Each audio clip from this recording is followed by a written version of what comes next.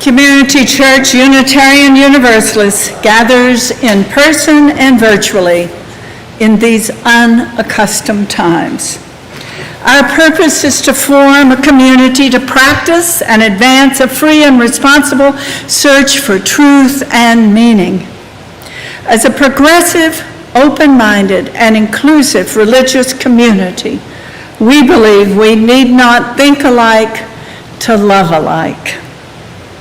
Ours is a faith in action as we do the work of justice and compassion in our quest to live ethically, recognizing the inherent worth and dignity of all people. We welcome those who come in the spirit of love. You are welcomed here this morning. I want to call our board president, Kathy Larimer, forward for an announcement. Good morning. Good morning. I'm very happy to announce that we will have Reverend Melanie Morell Ensminger joining us as pastoral care and some administrative help, and also doing one sermon per month. Also, Reverend Justin McCrary from Jackson, Mississippi will be coming in once a month to do a sermon. In December, the UUA starts their process for searching for a minister, and we will at that time join in the search. One of the reasons we found it difficult right now to get a full-time minister is that we came in at the end of the process instead of at the right time. So we will start in December, which would likely put someone in place full-time August 1st. So, thank you.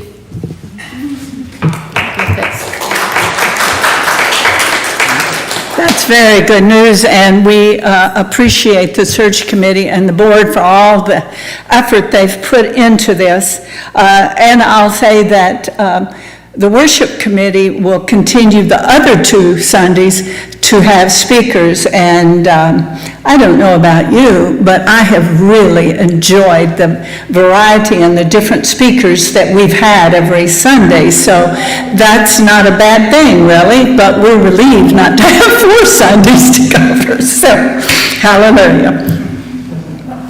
Our speaker today will be presented by, our message today will be presented by Jim O'Neill. He and his wife Vera are members of this congregation. He serves on Community Church's Board of Trustees and is a member of the Worship Committee. Dr. Jim O'Neill is a licensed professional counselor who for 40 years has provided pastoral psychotherapy for the New Orleans community. He taught for years in Loyola's Institute for Ministry, and more information is available on Jim O'Neill if you go to his website, Jim O'Neill with 2 L's.com. It is Community Church's custom to light a chalice, invoking hope and eternal truth to our worship. Please join as you can in singing these words as we light the chalice. Thank you, Jim.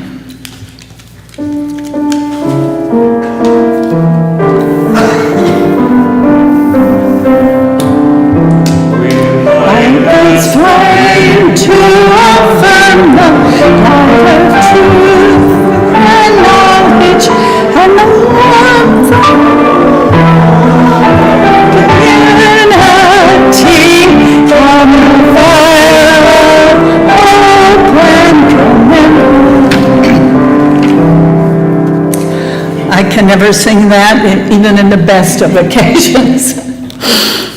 Cynthia Ramirez is our CCU's Religious Education Director, and she brings us her words for all ages.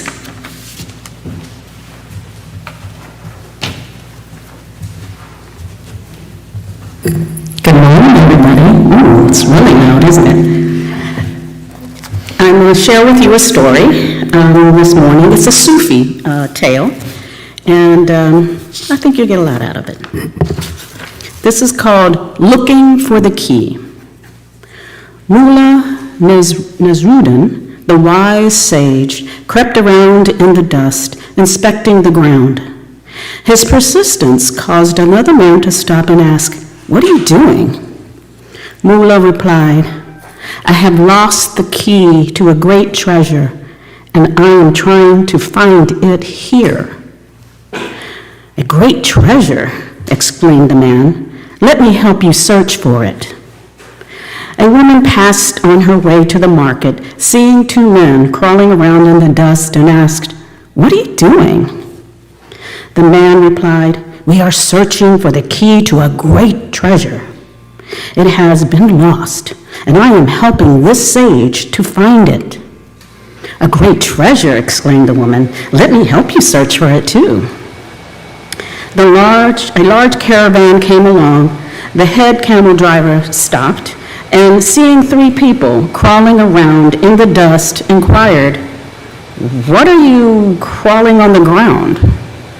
The woman replied, "We are searching for the key to a great treasure. It has been lost, and I am helping this sage and this man find it." "A great treasure," exclaimed the camel driver. Like the others, he thought, "Perhaps when it is found, we can share it." He invited everyone in the caravan to help.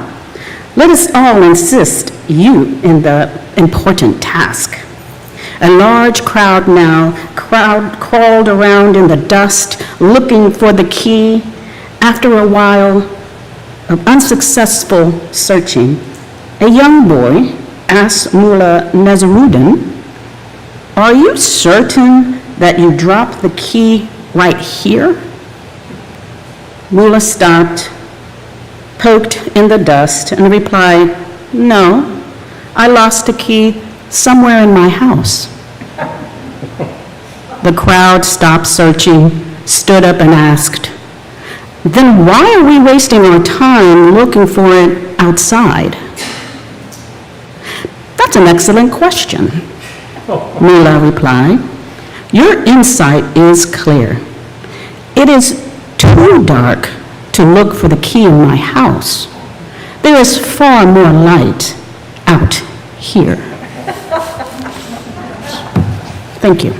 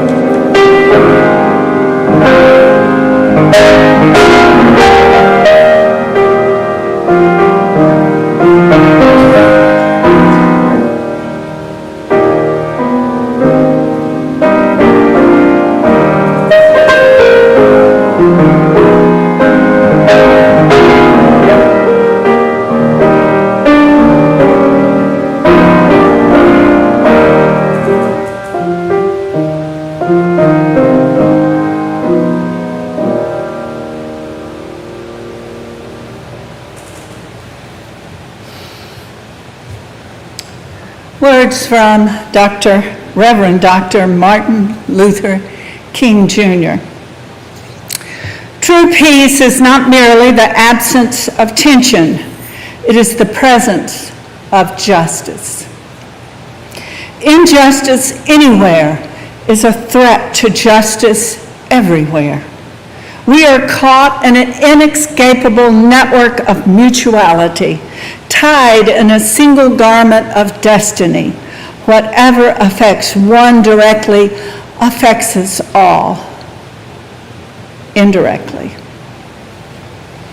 The shadow cannot be lifted until we shine the light of truth on the destructive violence that shaped our nation, traumatized people of color, and compromised our commitment to the rule of law and to equal justice. We are determined here in Montgomery to fight until justice runs down like water and righteousness like a mighty stream. Amen.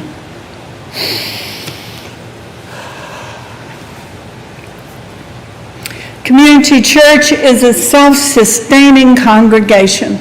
The generosity of members and friends enables the congregation to fulfill its purpose in doing the sacred work of bringing justice, spirituality, and compassion to our community and beyond.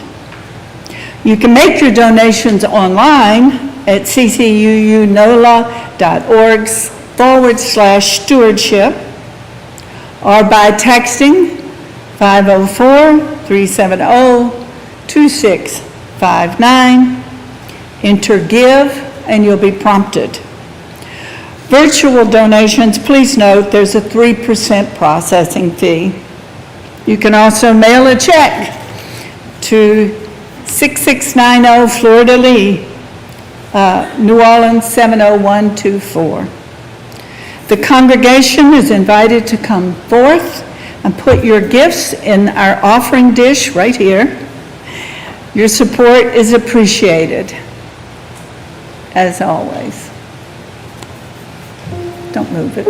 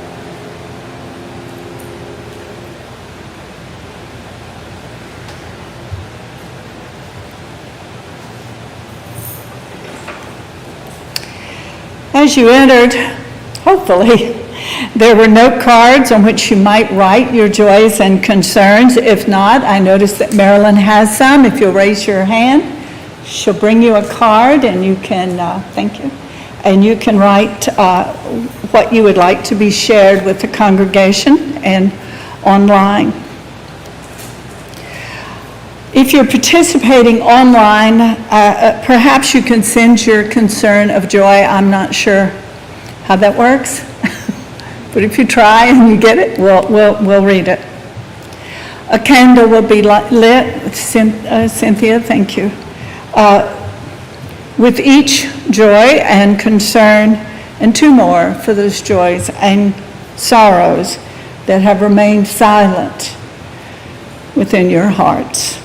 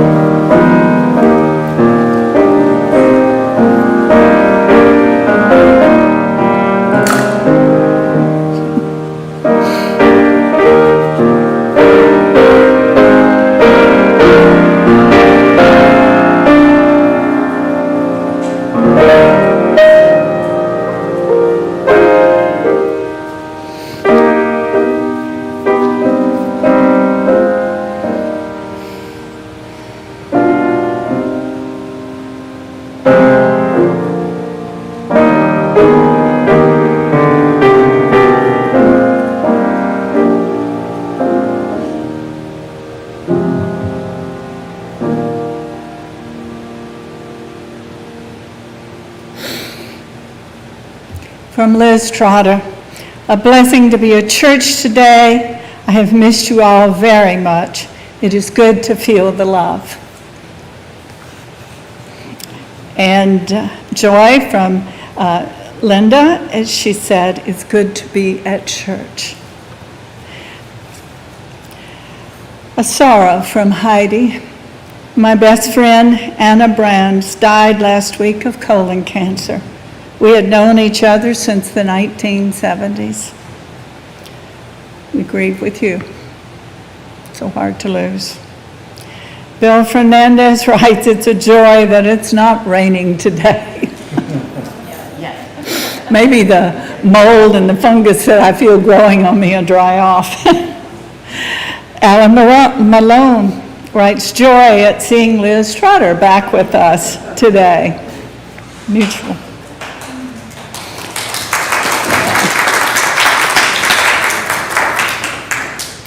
A joy from Marilyn. She says, I celebrated my 79th birthday this week. Woo, go girl. Jim and Vera share the sorrow that their daughter Lisa's beloved dog, and also that dog lived with them, Maggie, passed away this week. Difficult.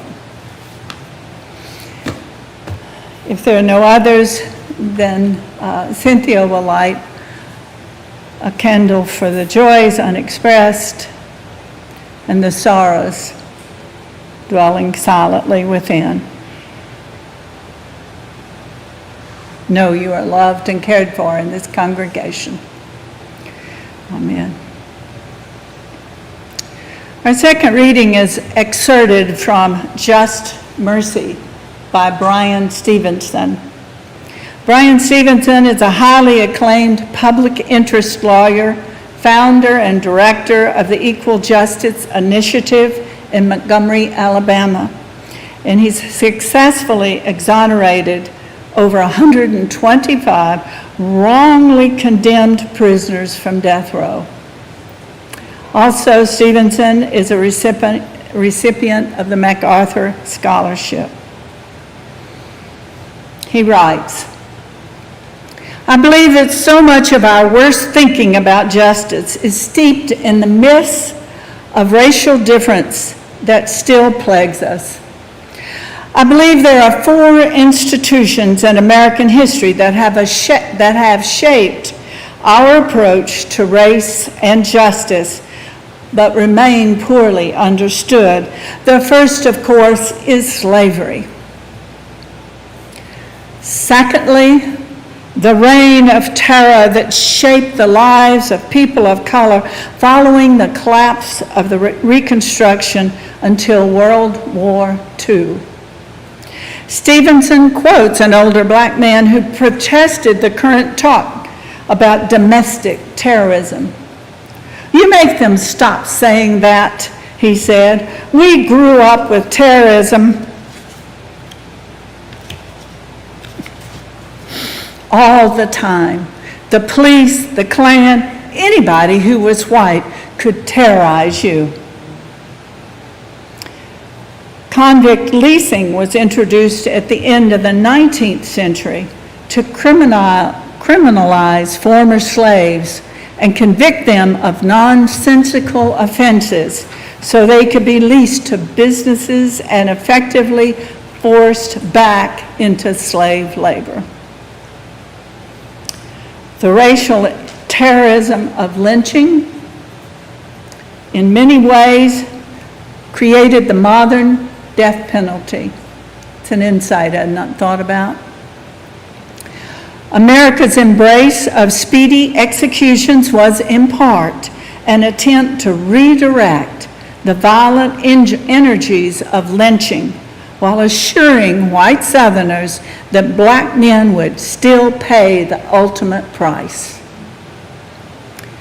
The third institution, writes Stevenson, is Jim Crow. The legalized racial segregation and suppression of basic rights that defined the American apartheid era. And the fourth institution that has so shaped our policies today is mass incarceration. The extreme overrepresentation of people of color, the disproportionate sentencing of racial minorities, the targeted persecution of drug crimes in poor communities, the criminalization of new immigrants and undocumented people, the collateral consequences of voter disenfranchisement, and the barriers to re-entry can only be fully understood through the lens of our racial history.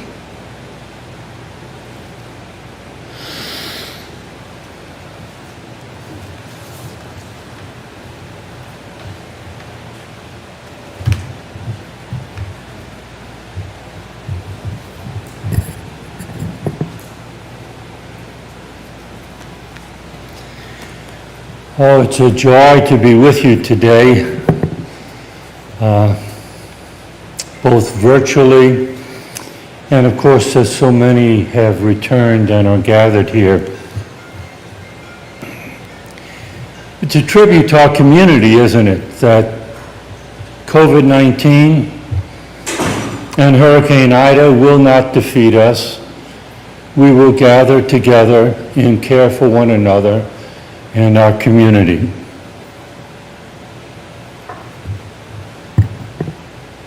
You know, it was on my list to visit the National Memorial for Peace and Justice, also known as the Lynching Memorial in Montgomery.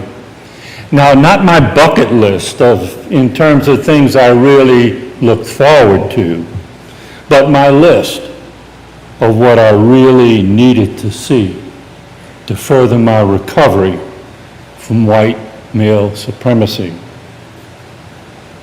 How it happened might be seen as synchronistic, or fate stepping in.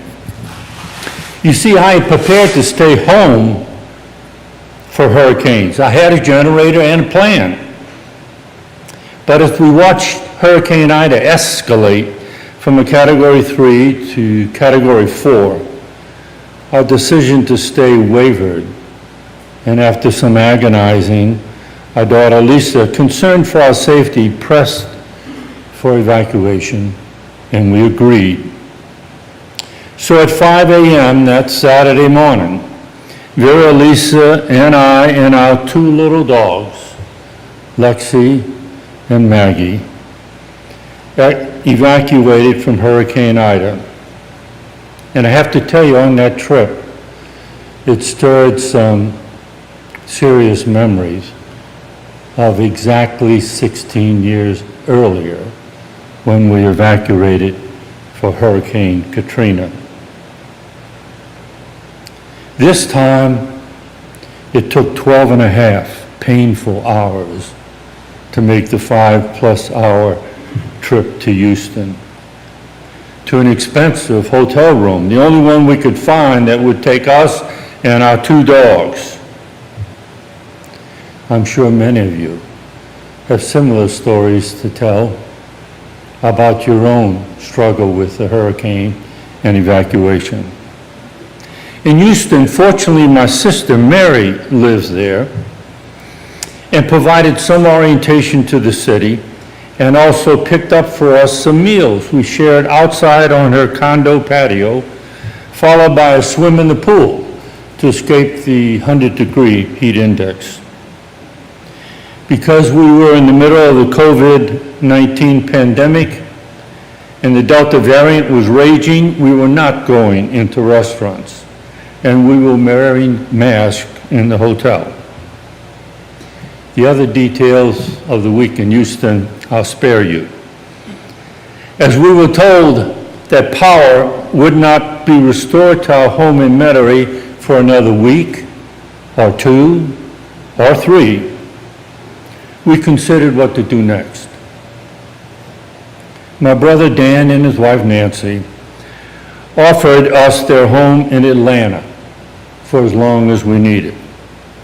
Now put it in your GPS, okay? 797 miles from Houston to Atlanta. 11 hours if, and it's a big if, the roads are not congested or closed. So we hatched the plan to leave early, like 5 a.m. on Friday, and stop in Metairie on our way to put eyes on our home and its damage, and to pick up the things that we needed for a longer stay. We had been prepared for about 5 or 6 days. The night before, we had spent over an hour on the phone trying to find a hotel in Gulfport, in Biloxi, in Mobile, that would take us and our dogs, but the only thing available was in Montgomery. It was a long way, and it was expensive, but it was better than trying to get from Houston to Atlanta in one day. On our way, we got a warning on the road that I-10 was closed at Gonzales for energy to repair power lines. So we, on the fly, decided to take the detour at Baton Rouge to take I-12 to Hammond and then I-55 to join I-10 again. We stopped once for gas and a bathroom, but the gas lines were too long and there were no bathrooms. Fortunately, a drive-through Raising Cane's was open, so we got our chicken fingers. We had carefully tanked up along the way, so we figured we had enough gas to get through New Orleans to somewhere in Alabama where we could get gas again. We knew some of what to expect when we got to our home in Metairie because of what our wonderful neighbors, Rhonda and Martha, had done for us. They had gotten our hidden key, cleaned up the broken glass from a busted window, cleaned out our fridge and freezer, discovered the ceiling water damage in the townhouse. They have a house generator, and they became the angels of the neighborhood, the angels of mercy. With our encouragement, they took our portable generator and gas and provided relief for another elderly neighbor who was dangerously sweltering in the heat. Then they cooked what was usable in the freezer and fed the neighborhood. Rhonda joked that it was a special treat to have bacon every day. The stop at our home was painful, not because of the damage. Considering the losses of so many others, ours were minor, but because of the brutal heat and humidity. As I was cleaning up some debris in my yard, I flashed back to 2005 in the same miserable conditions when we came back to our flooded home in uptown New Orleans. Then our home had been destroyed by 5 feet of water. Now with minor damage, there was mainly debris and trash to deal with. I could manage only the basics while Vera and Lisa got what they needed. When the heat got to be too much, I got in the car with the AC, but had to be careful to conserve gas since I didn't know when I could fill up again. We moved some furniture in Lisa's bedroom so the leak wouldn't do more damage. Back on the road by 3 o'clock in the afternoon. While Vera or Lisa were driving, I contacted my brother John. He'd found a roofer who had done some immediate repairs on his home in Kenner. And that roofer, Jose Moncada, I got on the phone, now in the car, okay, and negotiated with him, would he come out and see if he could fix those or patch up our roof so the rain wouldn't do any more damage. Rhonda, our neighbor, agreed to meet him. He took photos of the missing shingles and agreed to replace them, but then came the snag. How would I pay him? Jose doesn't use PayPal or Venmo. Now, he could have been justified in getting off my roof and walking away. But when I promised that I would pay him, like my brother who had paid him, when I returned, he agreed to do the job. His trust in a stranger fills me still with gratitude. Yes, there was a lot of anxiety and pain, but the gifts of the evacuation were adding up. My sister's generosity, the kindness of our neighbors, Dan and Nancy opening their home to us, John giving us Jose's number, and his prompt response saving our home from further damage. Back on the road again, we made our way on I-10 through Mississippi and then into Alabama, where we found fuel again. We arrived in downtown Montgomery after dark, exhausted, and as we drove up, we saw a fire engine in front of the hotel. Oh no. What do we have to deal with now? But soon the fire engine left, and we found out later by inquiring that 12 college football players thought it would be a good idea to get in one elevator. And it got stuck until the fire department rescued them. That adolescent prank during a pandemic was stupid, but a minor annoyance.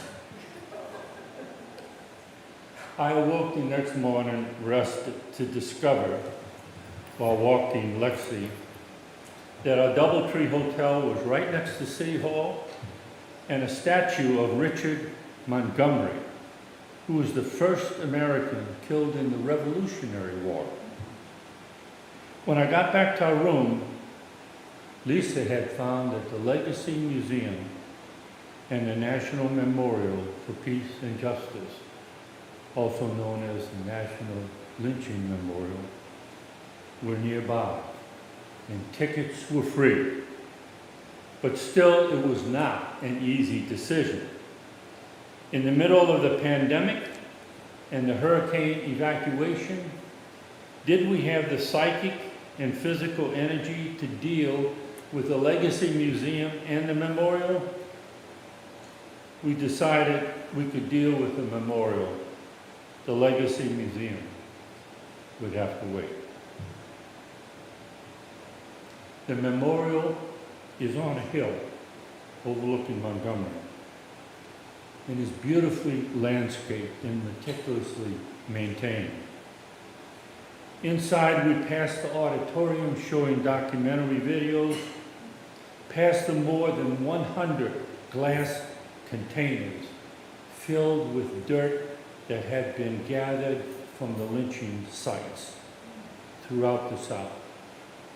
And then we walked across the street to the memorial itself, where when you enter, you see a striking sculpture of slaves in chains.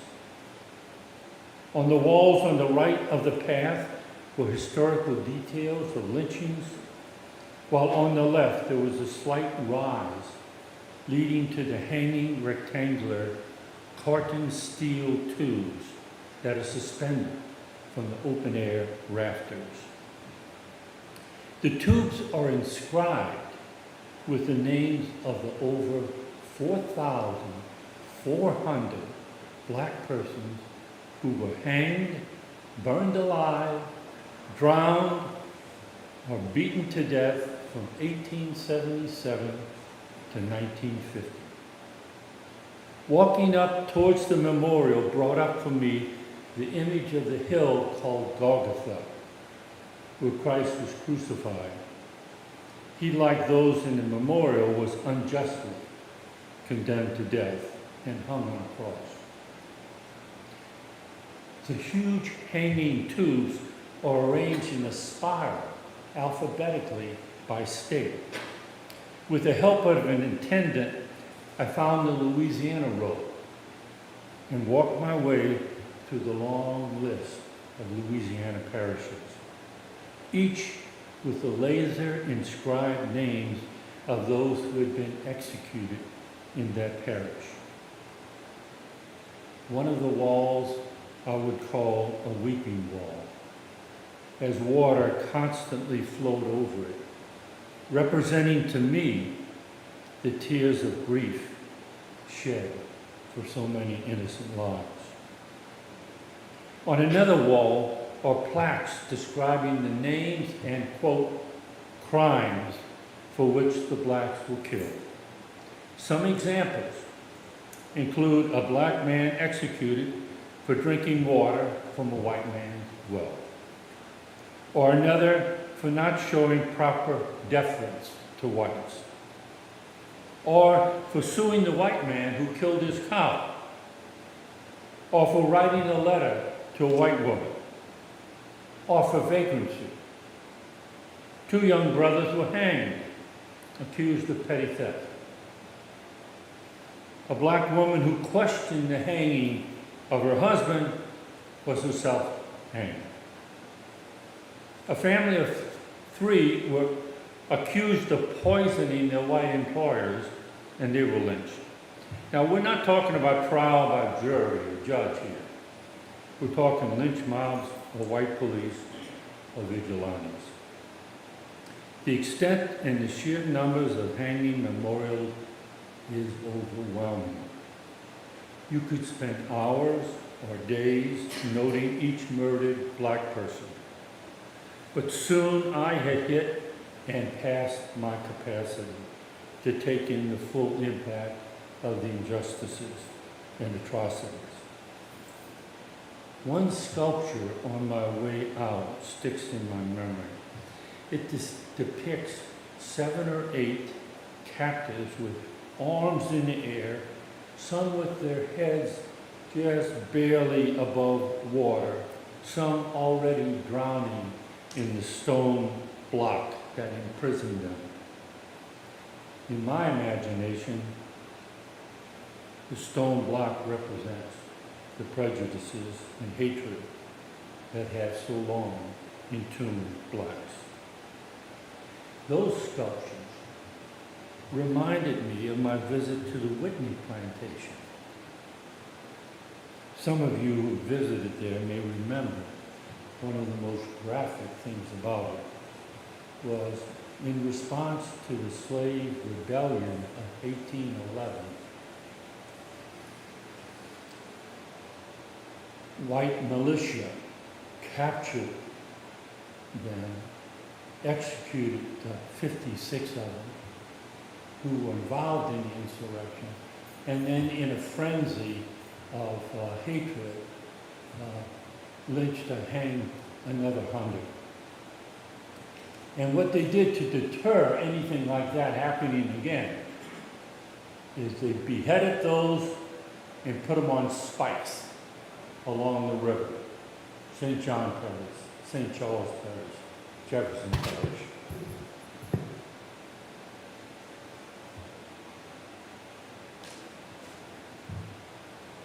Facing our legacy of injustice and prejudice is painful, but I believe it offers a promise of peace. Commenting on the lynching memorial, Brian Stevenson, the author you heard from this morning, calls it the place to confront our history. The Equal Justice Initiative envisions the memorial, quote, as a sacred space for truth-telling and reflection about our racial terror in America and its legacy. It is the hope that this arresting and emotionally powerful memorial will allow for national reconciliation and redemption. I mentioned synchronicity. When we were in that hotel in Houston, trying desperately and unsuccessfully to find a hotel around Mobile, the only one we could find our way to was Montgomery. So I asked myself, why of all places did we end up in Montgomery? And the next morning, when we made it to Atlanta, I asked myself over coffee, what was I to do with this experience? And then this community came to mind. That what I needed to do was to share it with you. And so I began to write. It's my way to honor the experience and take one small step to confront our nation's history of white supremacy and the incredible injustices and atrocities our black brothers and sisters have had to endure.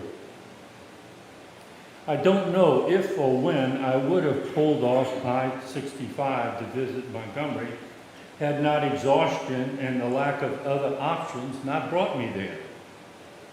Even as we sat in the car outside the memorial, we had debated, did we have the energy, the capacity to deal with the memorial in the midst of our homeless evacuation and the pandemic? I'm grateful that we answered yes. Compared to what blacks have endured in our country's history, the discomfort and inconvenience and the painful reckoning of the memorial fade away and are replaced by the deep compassion for what blacks have suffered at the hands of whites.